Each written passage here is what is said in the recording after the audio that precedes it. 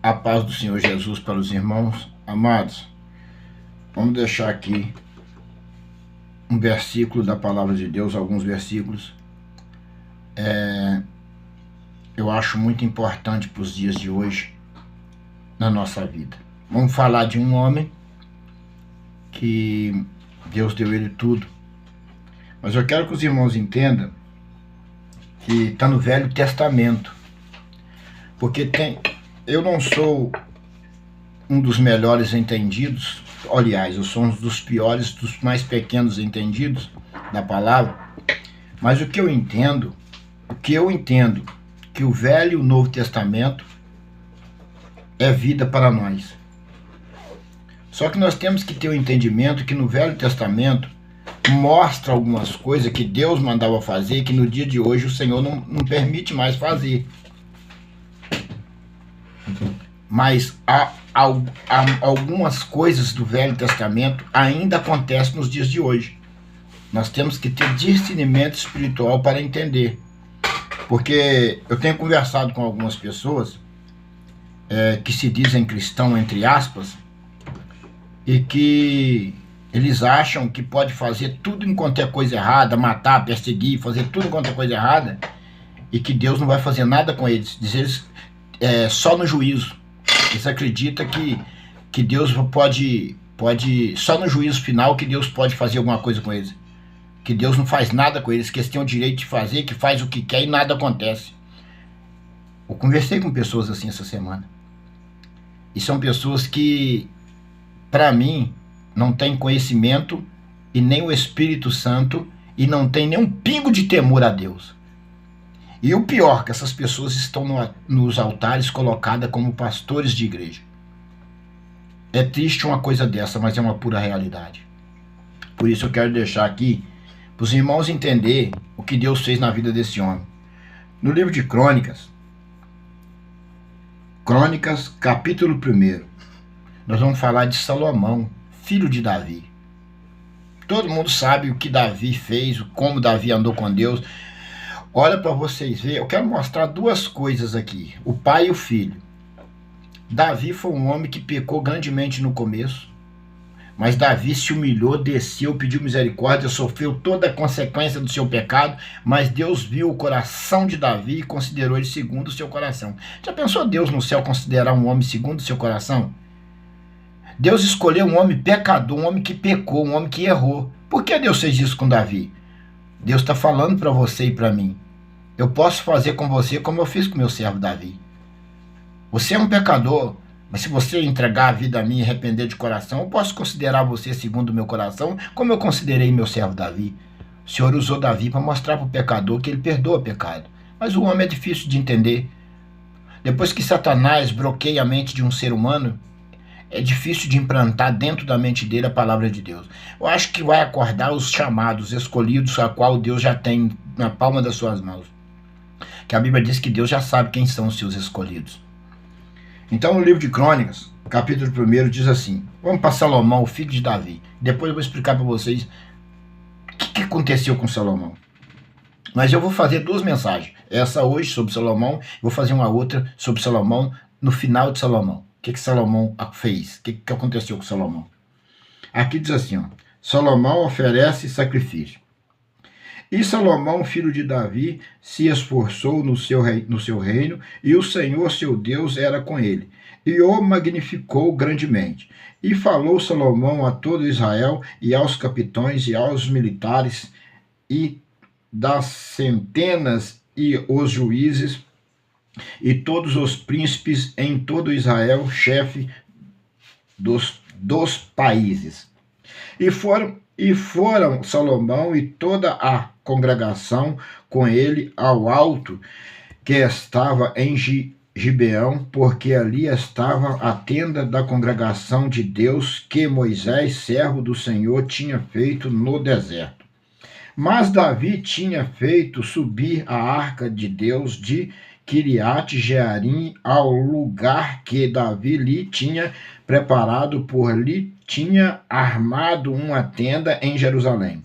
Também o altar de cobre que tinha feito Bezaliel, filho de Uri, filho de Ur, estava ali diante do tabernáculo do Senhor. Salomão e a congregação o visitavam. E Salomão ofereceu ali sacrifício perante o Senhor sobre o altar de cobre que estava na tenda da congregação, e ofereceu sobre eles 1000 holocaustos. Naquele mesmo à noite, Deus apareceu a Salomão e disse-lhe: pede o que quiser que eu te dê. E Salomão disse a Deus: tu usaste de grande benevolência com meu pai Davi, e a mim me fez rei em seu lugar. Agora, pois, ó Senhor Deus, confirma-se a tua palavra dada ao meu pai Davi, porque tu me fizeste rei sobre um povo numeroso como o pó da terra. E pôs agora sabedoria e o conhecimento, para que possa sair e entrar perante este povo, porque quem poderia julgar este povo teu tão grande povo? E então Deus disse a Salomão: por que houve isto no teu coração, e não pediste riqueza, fazenda ou honra, e nem a morte dos teus dos que te aborrecem, nem tampouco pediste muitos dias de vida, mas pediste para te dar sabedoria e conhecimento, para poderes julgar o meu povo, sobre o qual te pus rei? Sabedoria e conhecimento são dados, e te darei riquezas e fazendas e honra, qual nenhum rei antes de ti teve, e depois de ti tão não haverá. Amados, eu vou explanar só até aqui. Vou falar algumas coisas sobre Salomão até aqui, porque eu vejo hoje muitos cristãos, eu falo entre aspas, né, porque eu não me considero pessoas assim como cristão. Eles usam a palavra de Salomão para implantar na cabeça do povo que o povo tem que buscar riqueza, honra, que tem que estar por cima. Hoje, tem umas igrejas por aí que, se você não tiver riqueza, se você não tiver bens financeiros, você não é crente.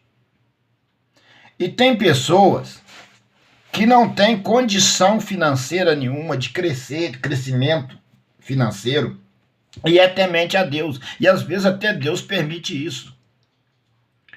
Observa-se na Bíblia um homem que a características da leitura bíblica, quando fala desse homem, esse homem era um homem temente a Deus, e pelo que parece, pelo estudo bíblico, ele era pobre, e ele ficou um pouco assustado quando ele via a prosperidade dos ímpios. Ele quase que os pés dele se desviou. Ele chamava Asaf. Asaf, ele falou que quando ele olhou para a prosperidade dos ímpios, pelo o modo da leitura, Asaf teve até assim um pouco de inveja do povo mundano, porque Asaf, ele era pobre, não tinha nada, e ele não entendia. Ele falou que quando quis entender isso na carne, dizendo assim, ele ficou de sobremaneira perturbado. Mas Asaf disse que quando ele entrou no santuário de Deus, ele pôde entender o fim deles. O fim deste povo que busca só riqueza, status, aparência, vaidade. Olha que as igrejas todas estão assim. E hoje, amados, eu vejo por aí umas igrejas que vestem uns mantos e roda num pé só. É tipo manto de padre, e faz umas coisas que eu tô ficando assustado. A Bíblia diz que é com ordem e decência. A palavra de Deus é com ordem e decência. Eu tô para dizer para vocês que eu tô mais assustado com pastores, homens que estão à minha volta, que todo dia maquina minha morte e pega papel de oficiais que traz para eles. Ô fulano, você já pegou seu papel, o dinheiro nosso vai sair, não sei o quê, vai enterrar ali embaixo, vai enterrar lá. Aqui a minha vida é essa. Eles têm vários lugares já marcados para enterrar vários lugares, eu, minha esposa, ali. E os pastores e os crentes enfiados no meio disso. É por isso que eu falo com vocês que eu não estou ligado a eles, não frequento o templo deles. Hoje, o meu templo, a minha igreja hoje é aqui na internet. E tem cristãos, homens e mulheres de Deus. Eu vou ensinar vocês a ministrar uma ceia na casa de vocês, você que não pode ir na igreja. Vou ensinar vocês como vocês fazem para vocês ser batizados, chamar um pastor para batizar vocês. Seja lá um pastor que estiver perto da sua casa, batize. Mas vai chegar um ponto que você chega a um ponto de ser perseguido por este povo, que não tem como mais você frequentar o templo deles. São verdadeiros bandidos escondidos atrás da Bíblia. E a palavra de Deus não nos ensina isso. E não era isso que eu queria pregar para vocês. Mas felizmente, glória a Deus, que a palavra foi levada um pouco por esse lado. Mas eu vou voltar aqui em Salomão de novo para vocês entenderem que nós... O que eu quero dizer para vocês? Não venha dizer que ser rico é pecado. Mas hoje eu vou tentar explicar para vocês entenderem realmente o que eu estou querendo dizer. É que a maioria das pessoas ricas, ela não venera a Deus e nem teme a Deus. Mas tem muitos ricos que tem ricos que temem a Deus. Véio. Ser rico não é pecado. É a ganância, o amor ao dinheiro que é o pecado. Porque a ganância ao dinheiro leva você a entrar em caminhos tortuosos e praticar práticas iníquas. Porque eu, por exemplo, eu não tenho um estudo, eu não sou formado a nada. Então eu uso a mente para me ganhar dinheiro. Trabalho no meu trabalho com vendas, certo? Sou um profissional na área de pedreiro, mas não, por causa das perseguições, eu não posso mais trabalhar na área de pedreiro. Estou falando a verdade para vocês, por causa das perseguições. Então eu trabalho um outro trabalho que Deus abriu as portas e mesmo assim... Alguns pastores aqui ao redor têm trabalhado juntamente com os ímpios para paralisar o meu trabalho e eu não ganhar nem dinheiro. Já tentaram parar o meu trabalho, eu tive que parar com o trabalho, mas a minha esposa conseguiu, pela misericórdia, comprar uns lingeries para vender. Agora voltei no trabalho de novo, mas tem dedo de pastores no meio. É uma coisa que eu digo para vocês que me assusta, é isso aí. Eu não digo como pastores, são pessoas, são instrumentos de Satanás que eles ungiram com o nome de pastor, mas não é pastor. É isso que eu estou querendo dizer para vocês, que na vida do justo, muitas das vezes, o justo vê a vida. O que é que o Senhor disse? Que quando fosse aproximando da vinda do Senhor, que o justo ia viver pela fé. O justo ia viver pela fé. É o que eu estou passando para vocês. Há quantos anos eu venho lutando para sobreviver nessa terra e as perseguições em cima, é no meu trabalho, é na minha vida, já me cercaram na rua, em vários lugares, gente do poder público, usando carro do poder público, me cercando com bandido na rua para me matar, até para me atrapalhar meu trabalho. Então hoje eu estou abrindo o verbo aqui para vocês entenderem o que eu estou passando para servir a Deus, obedecer a palavra e andar na presença de Deus. Se eu desaparecer daqui, pode caçar por essas grotas, por esses buracos aí, que eles já me mataram, nós jogaram aí. Mas eu estou falando, Deus pode me guardar? Pode me guardar. Mas eu não sei até quanto tempo Deus tem na minha vida para me guardar. Porque a Bíblia diz que muitos serão perseguidos e mortos. Em Lucas capítulo 21, versículo 16, a Bíblia diz assim, ó, até pelos pais, irmãos, parentes e amigos sereis entregue e matarão algum de vós. E de todos sereis odiados por causa do meu nome. Mas não perecerá o único cabelo de vossa cabeça, na vossa paciência possuirás a vossa alma. Então matarão algum de vós. Então, o que eu não estou falando aqui, eu não estou passando para vocês por causa dos ímpios, mas assim por causa dos falsos profetas, que nem vai, nem deixa os outros ir, nem entra no reino e não deixa os outros entrar. Porque esses falsos profetas estão impedindo almas de aceitar Jesus, porque eles corrompem as pessoas ímpias, e elas ficam com medo de aceitar Jesus e não vai para a igreja. Então hoje está muito difícil se para ganhar uma alma. E é triste lidar com este povo. Amados, eu estou passando para vocês que a Bíblia diz tudo que está falando na Bíblia acerca de servir a Deus, do fim dos tempos, da perseguição da igreja, eu estou passando há anos. Eu não tenho mais família, minha família é minha esposa, e nem ela tem família, a família dela é esposa, é eu e ela. Porque até as famílias viram contra você quando você aceita Jesus de verdade e é fiel a ele, você não tem mais família, sua família é Deus e você é a esposa. E muitas das vezes você não, nem os seus filhos mais você tem, vira contra você. É só Jesus.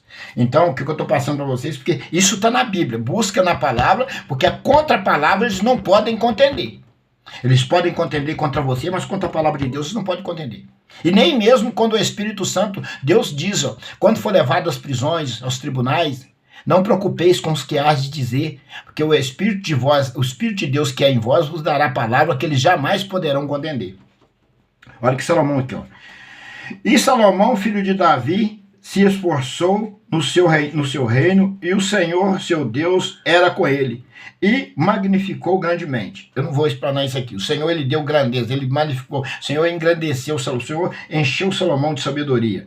Então, o Senhor, o que está dizendo aqui? Magnificou grandemente, Senhor, Salomão. Não vou explanar muito, porque eu já tomei um pouco de tempo. E falou Salomão a todo Israel e aos capitões dos milhares e das centenas, e aos juízes e todos os príncipes em todo Israel, chefe dos países. Então Salomão, ele reuniu os capitões, os militares, reuniu todo mundo, e centenas de juízes, e todos os príncipes de todo Israel, chefe dos países. Salomão reuniu eles. E foram Salomão e todas as congregações com ele o alto que estava em Gibeão, porque ali estava a tenda da congregação de Deus que Moisés, servo do Senhor, tinha feito no deserto. Então, Salomão reuniu o povo, os juízes, os chefes, tudo, e subiram alto, no monte, onde estava a tenda da congregação que o servo Moisés tinha feito no deserto. Ele fez a congregação e ela estava lá, e Salomão foi com o povo para reunir na congregação. Mas Davi tinha feito subir a arca de Deus de Kiriat Jearim ao lugar que Davi tinha lhe preparado, porque lhe tinha armado uma tenda em Jerusalém. Então, vou ler aqui de novo o 4. O 4 diz assim: mas Davi tinha feito subir a arca de Deus. Davi fez subir a arca de Deus de Kiriat Jearim ao lugar que Davi lhe tinha preparado, porque lhe tinha armado uma tenda em Jerusalém. Então, Davi fez subir a arca do Senhor, que tinha armado uma tenda em Jerusalém. E também o altar de cobre que tinha feito Bezaliel, filho de Uri, filho de Ur, estava ali diante do tabernáculo do Senhor. E Salomão e a congregação visitava. Salomão, ele fez as coisas tudo certinho no começo. Salomão, ele falava com Deus, ele ia na casa do Senhor. Salomão fez tudo, ele construiu o templo. Salomão, ele fez tudo certinho. E Salomão ofereceu ali sacrifício perante o Senhor sobre o altar e sobre que estava na tenda da congregação, e ofereceu sobre eles 1000 holocaustos. 1000 holocaustos, 1000 cabeças de gado ou de ovelha, ofereceu 1000 holocaustos ao Senhor. Salomão fez tudo certo, como era preciso fazer diante do Senhor no começo da sua caminhada. Então, e naquela mesma noite Deus apareceu a Salomão e disse-lhe: pede o que quiseres que eu te dê. Então, olha bem, Deus achou bem no seu coração aparecer diante de Salomão, que aqui, meu irmão, isso aqui não acontece com qualquer um, não. Eu queria chegar nos versículos-chave para vocês entenderem. Isso aqui não acontece, o que aconteceu com Salomão aqui, não acontece com qualquer um. Salomão foi, assim, um dos únicos, que Deus apareceu a outros também, na lei. Hoje o Senhor não faz mais isso. Ele deu seu próprio filho, tudo mudou na graça, mudou muita coisa na graça. Mas aqui na lei, isso aqui não era para qualquer um. Não era para qualquer um. Até para entrar na tenda, para entrar no santuário de Deus, o homem tinha que entrar amarrado, porque se ele entrasse em pecado no santuário de Deus, ele morria lá dentro e não podia entrar um outro para tirar, que se entrasse em pecado poderia morrer também. Eles amarravam numa corda. Porque quando o homem entrava em pecado no santuário de Deus, ele morria. E aí eles puxavam pela corda para tirar a pessoa de dentro do santuário. Então, olha, isso aqui não é para qualquer um. Essa palavra aqui não. Olha só, naquela mesma noite Deus apareceu. A palavra não está falando de sonho, não. Deus apareceu a Salomão e disse-lhe: pede o que quiser que eu te dê. Já pensou? Deus chegar perto de um homem, aparecer um homem e dizer: pede o que quiser que eu te dê. Eu lembrei aqui de Jacó quando lutou com o anjo. A Bíblia fala que Jacó lutou com o anjo. E Jacó ficou, o anjo tocou na coxa de Jacó e Jacó ficou com o anjo. E aqui Deus aparece a Salomão. Aqui, olha só para você ver. Lá fala que Jacó lutou com o anjo. Aqui Deus apareceu a Salomão. Então, isso é muito forte, o que Deus fez com Salomão. Ó, e Salomão disse a Deus: tu usaste de grande benevolência com meu pai Davi e me fizeste rei ao seu lugar. Ele disse para Deus: tu usaste de benevolência com meu pai Davi e me fizeste rei no seu lugar. E é verdade mesmo, Deus foi benevolente com Davi.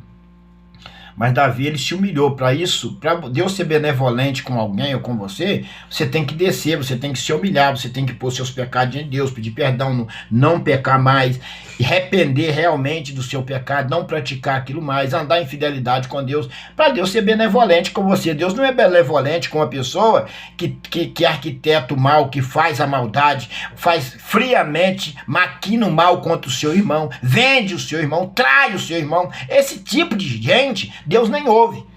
Ele exclama, mas Deus não atende. A Bíblia diz que nos últimos dias vão comparecer diante do Senhor. O Senhor vai dizer abertamente: apartai-vos de mim que eu nunca vos conheci. As orações deles não passam nem do teto, não ouve. Eles clamam, mas Deus não responde. O significado das orações de um justo é Deus responder ele. É você orar e Deus te responder.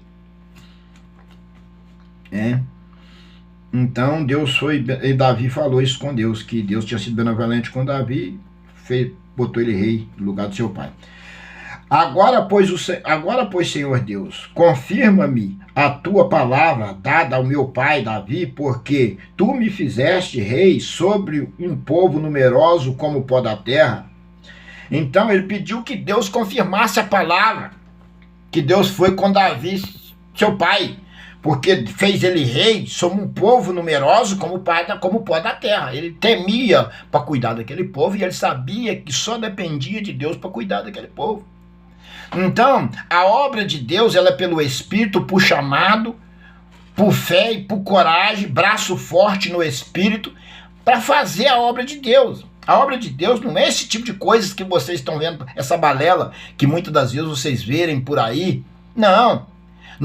Quem tem o Espírito Santo tem o discernimento de Espírito para distinguir o que é e o que não é.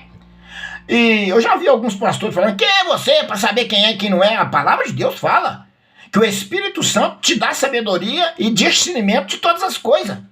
Então nós sabemos sim quando uma pessoa é serva do Senhor e não é. O servo de Deus, até na sua expressão de palavra, você sente a unção de Deus, os cabelos do seu braço arrepia, os cabelos da cabeça arrepia, que a pessoa está cheia de unção, e ela foge das coisas más, da palavra dela não sai palavra de baixo calão, ela não fica na rodinha de pessoas endemoniadas, ela não fica em reunião satânica, ela foge das reuniões satânicas, ela não comparece em lugares de pessoas erradas, ela está sempre fugindo, saindo fora das coisas más. A característica de um cristão é totalmente diferente de alguns povos, entre aspas, que nós vemos por aí, que se dizem cristãos e pastores. São lobos devoradores usando a palavra de Deus, enganando o povo. A Bíblia diz que nos últimos dias surgirão falsos profetas que possíveis enganaria até os escolhidos do Senhor. Mas tem uns por aí que não engana ninguém. Isso aí nem quem não é crente já sabe quem eles são. Então, aqui no 10 ele fala: dai-me, pois, agora sabedoria e conhecimento para que possa sair e entrar perante este povo, porque quem poderia julgar quem poderia julgar a este teu tão grande povo? Quem? Então, muitas das vezes, nós temos que pedir sabedoria a Deus, capacidade ao Senhor, para que nós possamos levar uma palavra de entendimento. O que eu procuro fazer hoje? Levar uma palavra para que, encorajando você na fé, para que quando chegar os dias da calamidade, você está espiritualmente revestido do Espírito Santo para suportar os dias maus que está por vir. Diz a Bíblia que muitos pedirão a morte nos últimos tempos e não vai morrer. Eles não sabem o terror que está por vir sobre a terra. Por isso é que eu trago essa mensagem firme, encorajando você na fé, dentro da palavra de Deus, independente das ameaças e de alguns cristãos que estão sendo mortos ao seu redor, para que você confie inteiramente no Senhor Jesus, em Deus, em Cristo Jesus, e Ele venha te revestir do Espírito Santo e de toda a armadura de Deus para você suportar os dias terríveis e mal que estão pertíssimo, estão chegando a nós, ou já chegaram a alguns. Entenda isso. Vocês têm que estar espiritualmente bem. Os dias já são maus. Entenda isso. E então Deus disse a Salomão: porquanto houve isto no teu coração, e não pediste riqueza, fazenda ou honra, nem a morte dos que te aborrecem, nem tampouco pediste muitos dias de vida, mas pediste para ti sabedoria e conhecimento para poderes julgar o meu povo sobre o qual te pus rei? Olha bem, preste atenção nesses versículos aqui. O Senhor, por que Deus concedeu Salomão tudo isso? Salomão, ele não prostou o joelho no chão e pediu: Senhor, mata os meus inimigos. Senhor, me dá riqueza, me dá um carro, me dá uma casa, Senhor, me dá... Não é por aí. O que a palavra diz? Primeiramente o reino do céu e sua justiça, e as outras demais vos serão acrescentadas. Vê que aqui Deus acrescentou na vida de Salomão. Salomão não pediu isso aqui não. E hoje, a maioria desses homens na terra corre atrás de riquezas, bens, e que não são acrescentamentos de Deus, eles atropela quem for para ter isso. Salomão, Deus acrescentou na vida de Salomão. Aqui Salomão não pediu nada disso para Deus não. Salomão simplesmente pediu só sabedoria para julgar o povo e entrar no meio e sair no meio do povo. E Deus acrescentou na vida de Salomão. Deus acrescentou porque realmente ele viu o coração de Salomão. O coração de Salomão não estava posto na riqueza. Salomão não estava com o coração preso em matar os seus inimigos. Salomão não estava com o seu coração preso a nada. Naquele exato momento a qual Salomão falou com Deus, ele estava falando com sinceridade, por isso Deus a concedeu. Olha bem que Deus disse a Salomão. Então Deus disse a Salomão: porquanto houve isto no teu coração. Ah lá, Deus já falou do coração de Salomão, que ele viu o coração de Salomão. Olha o que tinha no coração de Salomão, Deus viu naquela hora. Olha bem, no teu coração. E não pediste riquezas. Salomão não pediu riqueza a Deus. Hoje o que o povo pede? Só riqueza. Salomão não pediu riqueza. Fazenda ou honra, e nem a morte dos que te aborrecem. Ele não pediu nem fazenda, nem honra, e nem a morte dos que aborrecia ele. Não pediu. Salomão não pediu. Na lei. Hoje na graça tem gente pedindo. Na graça, isso que é riqueza. Totalmente lá da lei, o que Salomão não fez na lei, o povo faz hoje na graça. Vocês verem como está corrupta o povo que se diz povo de Deus. Nem tampouco pediste muitos dias de vida. Salomão não pediu nem muitos dias de vida. Hoje, meu Deus, tem quanta gente pedindo: me dá, Senhor, me dá 100 anos, me dá. Poxa, o que mais existe é isso. Pedir riqueza, não sei o que, papapá. Amados, é a pior coisa do mundo isso. Muitos dizem: mas pediste para ti sabedoria, conhecimento para poder julgar o meu povo sobre o qual te pus rei. Você pediu, Salomão, sabedoria para julgar o meu povo que eu te pus rei. Deus falou para Salomão. Aí Deus vem acrescentar. Olha o acrescentamento de Deus na vida de Salomão. Olha Deus acrescentando. O povo não prega isso que Deus acrescentou. Salomão buscou primeiro o reino de Deus e sua justiça. E Deus foi e acrescentou na vida de Salomão. Olha o que Deus acrescentou na vida de Salomão. Sabedoria e conhecimento te são dado. Sabedoria e conhecimento te são dados, Salomão. Porque você buscou primeiro o reino do céu e a justiça do Deus vivo. Sabedoria, conhecimento te são dados. E te darei riqueza, e fazenda e honra, a qual nenhum rei antes de ti teve e depois de ti, tal não haverá. Preste atenção. Que Deus fez na vida de Salomão, porque Salomão foi humilde, foi sincero, não foi enganoso, não foi maldizente, não foi trapaceiro. E Deus acrescentou tudo isso na vida de Salomão. Eu não vou dizer para você que Deus também não acrescenta isso na sua vida. Mas com a ganância que eu estou vendo o povo hoje, eu acho impossível. Deus não acrescenta nada no coração de ganancioso. Deus não acrescenta nada no coração de maldoso, de fingido, de falso, de Judas. Deus acrescenta alguma coisa na vida de Judas? O que Deus acrescenta? Sabe o que é acrescentado na vida de Judas? Uma corda para ele se enforcar.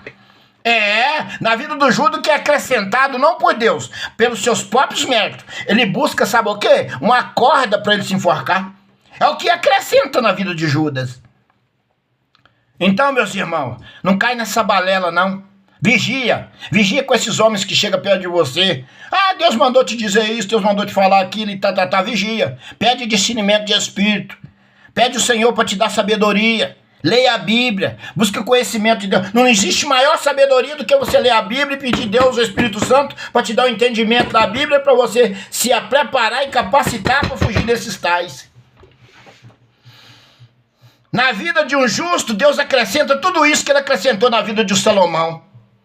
Por isso eu não vou ser contra, não, a riqueza, não, que Deus acrescentou na vida de Salomão. Porque Salomão buscou primeiro o reino dos céus e sua justiça. Agora, na vida do Judas, o que foi acrescentado na vida do Judas? Uma corda para ele se enforcar e perecer de eternidade a eternidade num lago de fogo. É o que acrescenta na vida do Judas. Não preocupa, não.